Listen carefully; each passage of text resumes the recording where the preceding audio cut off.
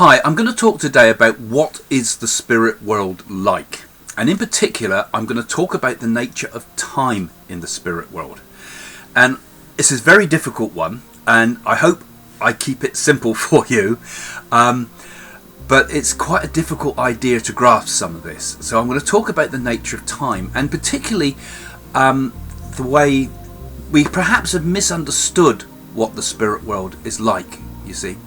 Because when we approach it, okay, we get these messages, myself, Jane, my wife, and the other mediums, we get messages from the spirit world. We get these messages that give proof of life after death. Now, whatever you may believe, I feel, and I think if we look at the evidence, there is absolute 100% proof of life after death. Certainly for my life, I understand it that way. I have absolutely zero doubt that there's life after death. That's not a form of belief. That's not self-conviction. That's evidence, proof, verification that I've been given through my life. And I'm sure there's others out there that have the same understanding. So once we got past that barrier and we know the spirit world exists and we're getting these messages from the people from the spirit world, we have to start digging deeper, and spiritualism has done this a lot, to ask, what is it like over there? What really has happened? And the spirit world can give us some understanding. But it's also very difficult for them to convey to us what it's like. It's like trying to describe the colour blue, but all you know is the colour red, or trying to describe colour by describing it with sound. There's a complete different understanding of the nature of reality over there. It's a very different world, but it's also very similar to this world in other respects. Okay, so and also the other thing we have to worry about too is the fact that not everything that mediums say is exactly the same, because it's often coloured by our own belief systems. So when we give a message from the spirit people, they will put a thought into my head, and hopefully if I'm a clear channel, I'll be able to give that message to the person in front of me and it's clear, or my mind can interfere with it and change it a bit and it gets completely misunderstood. Because we're a medium, we're a channel, it comes through us and it's coloured by the medium. So I think a lot of the things you read in spiritualism are coloured by the beliefs of the medium themselves, and the limitations of the medium's understanding of the nature of reality. Because when we think about it, we only understand that most people only understand this world as a very simplistic way. They see me and the objective world. They don't think about the nature of existence. They haven't read and encountered and meditated upon the great questions of the universe. They haven't thought about the nature of divinity, the nature of consciousness, the nature of who am I, what is this existence, is there any difference between me and that, So when you have I think hopefully a wider opening to these things, a greater understanding of these things, which I've found through my studies of the Eastern thought, we realise that the nature of the spirit world has to be kind of different to this world, but similar at the same time. And in particular, the nature of time. So let's just think about what we mean by the time. Here in this world, time goes in a straight line, doesn't it? It's like an arrow being released from a bow. It flies in a straight line. This doesn't go ski whiff, it doesn't go backwards, it doesn't go forwards, it goes forwards, it goes straight forward, right? That's it, that's time. It's an arrow. It goes in a direction. When we think about eternity, some people think about eternity as that arrow going continually forever in one direction. It's like a continual progress of time. It started at one point and it goes forever and ever and ever and ever and ever, right? And that, for some, could be what the spirit world is like. Just, tea and biscuits in heaven forever and ever and ever, forever and ever and ever, amen. It goes on and on and on, right? But actually, when you also think about the nature of eternity, it has no beginning if it's eternal. It has no end if it's eternal. Therefore, it had no point where the arrow was fired, as it were. There was no starting point, no ending point, no middle. So the idea of the eternal is really more like all at once. It's timeless. It's now, forever, right?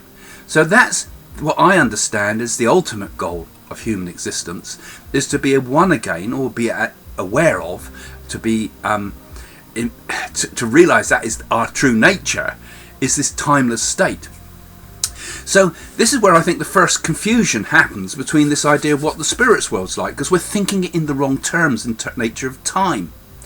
Now, I think in the spirit world, as far as I've understood the messages that have come through from the spirit, is that they themselves have a difficulty in understanding the nature of time, because they're only like you and me. They're only ordinary people, that are making the spirit communications. But they say, well, it's kind of different. I can't explain it. It's like trying to explain colour by describing it as sound. Well, it's a sharp sort of sound, or it's a you can kind of almost describe colour in sound. I did try to do it once with an exhibition I did as a painter, but it's almost impossible. But we can kind of almost do it. It's sort of a heavy, deep sound, like deep colour red could suggest the colour. But it's almost impossible, but kind of possible. Because I think the nature of the spirit world, that time is a bit like the eternal, in that things may happen all at once. Things may happen simultaneously. Things may happen, past and present might overlap or might go backwards or forwards. Time is very different in the spirit world. And it seems that when the spirit people communicate with us, they're not worried about the fact that there's a long wait, for example, until they meet their loved ones. They say they don't seem to be distressed by the idea that they're going to be in spirit separated for a long period of time. For them, it's like it's going to happen just like that. It's like, I might die and I might wait in the spirit world for Jane if I die before her, and for me it would be in the spirit, it would be just like there's no time whatsoever. Boom, you're next with each other again, because time is so different. The nature of time is different. We're the ones that suffer here because we are stuck in the arrow of time that goes in a direction. So if time is different in the spirit world, then also space is kind of different as well, because time and space are kind of interconnected, aren't they? In all the physics we read and things, it's always time and space are kind of connected. But without going into great detail about the nature of time and space, but if time is different, so is space in the spirit world. So from what I've heard from the spirit people that have talked to me and talked through other mediums, it seems that in the spirit world you can kind of be wherever you want instantly. It's like pow, you want to be with someone, pow, you're there, zoom, you go back in time, zap, you're back in it. You go forward in time, zap, you're in it. It's like we're not constrained by the normal limitations of time and space that we have here in this world. So we're living in a world where perhaps you could call it a world of thought. And I think the only way I can come close to an understanding of it, and I don't think this is the full description, but it's a bit like the experience you have in a dream. Because in a dream, 1 minute I can be back when I was a child living in my first childhood house, and then the next minute I can be in a completely different situation, and it's as if just as real as if it was in the past, the present, the future. They all seem to have the same reality to it. It's like, God, like dreams of childhood can be just as if I'm there now, and you must have had this too. So that's why I think it's a bit like that in the spirit world, but it's kind of not like a dream that's all fuzzy and half awake. It's fully awake. It's super lucid. It's the full reality, just as we are experiencing reality now. It's brighter even than this, fully awake. So I suppose you could say the spirit world is a bit like a world of consciousness, really. So but it's not limited by the restraints we have of this world. But I have to also say that it's not the end of all things, really, either, because it's still like this world in that it has limits. Can that exist forever? And like I described the idea of eternity is either an eternal progress. This is what the spiritualism talks about. It talks about the eternal progress of the human soul. But from where to where? If we're going to progress, surely we need time in order to progress. So for that reason, we come back to this world. We reincarnate again. We spend time in the spirit world, and we spend time here in new incarnations so we can progress, because we can't progress in the spirit world in quite the same way. Ultimately, I think we have to also think of the spirit world as multiple, not just as one level of reality.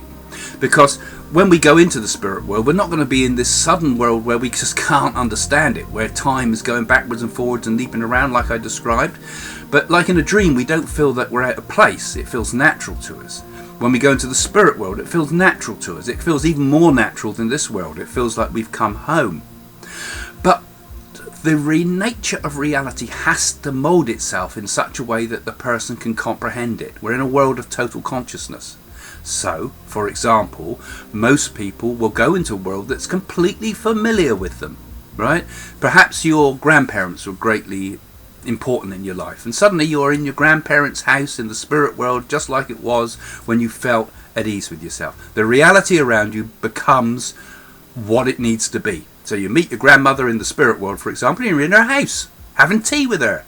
She's cooking cakes, you know, because that's how you know it. That's your memory. Your memory will help to mould the reality. And let's face it, the reality around us, even in this world perhaps, is just an agreement. This is the way it is, you know. We all agree it's like this, but perhaps it could change if our consciousness was to change. So the spirit world is malleable. It changes. It's kind of different. And it moulds itself according to our collective agreement between what we want reality to be at that present point in time.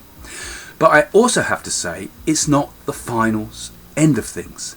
There has to ultimately be a growth of our understanding. We will progress through the layers of the spirit world. This is where the progress comes through, where we no longer need a material reality around us, where we may exist in those absolute abstract states of pure consciousness, and ultimately to become one again with the absolute highest level of eternity, that point where there's no beginning, no end, no middle, eternal now forever, now perfectly fresh forever, eternally newness forever. And that is where the progress ends or begins, because we're already, even in this world, in that state. That is where our soul ultimately rests. And the world we see outside of ourselves is the multiple world, as it were, rather than the oneness that is within. And the same applies in the spirit. It's exactly the same in that respect. Who I am is no different here to who I am in the spirit world. I may have memories of past lives when I enter the spirit world. I may realise things about myself that are different in the spirit world. But ultimately, who I am, the absolute essence of my consciousness, remains eternally the same, which is ultimately the highest level of the spirit world. It is the progress. So the beginning, the end are the same. So I've promised myself I wouldn't make this complicated, and I hope it's not too complicated for you. That it's quite some difficult ideas there, and actually very hard for me to express. And I hope I've expressed it in a way that is comparatively clear for you. If you want to know more about it, do read my books. Obviously, here comes the plugs, guys. But What to Do When You're Dead is my book that I wrote all about the nature of the afterlife. And I write that in a much more simplistic way, actually. That's a book that is kind of done easy to understand. And I go a bit deeper and a bit thicker, actually, in my book Messages from the Universe, where I encounter the Indian Nadi oracles, and I talk about the nature of time, the nature of space, the nature of karma, the nature of destiny. Those are all huge ideas too, and kind of tie it in with these mediumistic ideas. So there you go. That's all about the nature of time in the afterlife.